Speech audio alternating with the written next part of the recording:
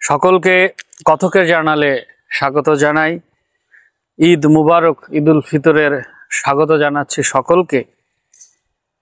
বৃহত্তর রংপুরে এসছি, নিজের মাতৃভূমিতে নিজ এলাকায় আসছি। এসে একটি উপলব্ধি হওয়ার আগে একটি প্রতীকী একটি বক্তব্য বলি। সেটি এরকম, আমরা সাধারণত কি দেখি? আমরা সাধারণত দেখি যে আমাদের বিভিন্ন অনুষ্ঠান, দাওয়াত, সোজা কথা আরোপিত যে সকল মেলামেশা, যোগাযোগ, সেসব জায়গায় সুন্দর পোশাক আশাক আমরা পরে যাই, দামি পোশাক আশাক পরে যাই, অর্থাৎ আরোপিত সাজসজ্জা থাকে। কিন্তু আপনারা খেয়াল করবেন, আমরা যখন গৃহাঙ্গনে অবস্থান করি, বাড়িতে অবস্থান করি, তখন আমরা কি করি? তখন আমরা আমাদের যে পুরাতন পোশাক, নরম কোমল পোশাক, সেই পোশাকগুলোই পরি।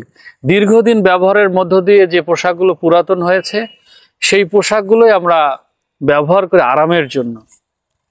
তেমনি আমাদের আত্মীয়তার সম্পর্কগুলো এরকম। আমাদের পুরাতন সম্পর্কগুলো আমাদের যে স্বস্তি দেয়, যে আনন্দ দেয়, নতুন আরোপিত কোনো সম্পর্ক, যোগাযোগ, বন্ধুত্ব সেটি সেরকম দেয় না, হয় না।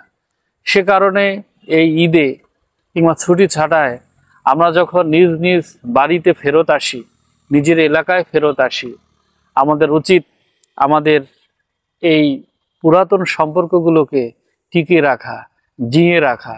কারণ সম্পর্কের গোলায় জল ঢালতে হয়, তাহলেই সম্পর্কগুলো উজ্জীবিত হয়। এই পুরাতন আত্মীয় স্বজনের সঙ্গে সহমর্মিতা, পরস্পরের সঙ্গে হার্দিক সম্পর্ক, এই বিষয়গুলো উজ্জীবনী শক্তি, এসব নিয়েই আমরা আবার শহরে ফিরি।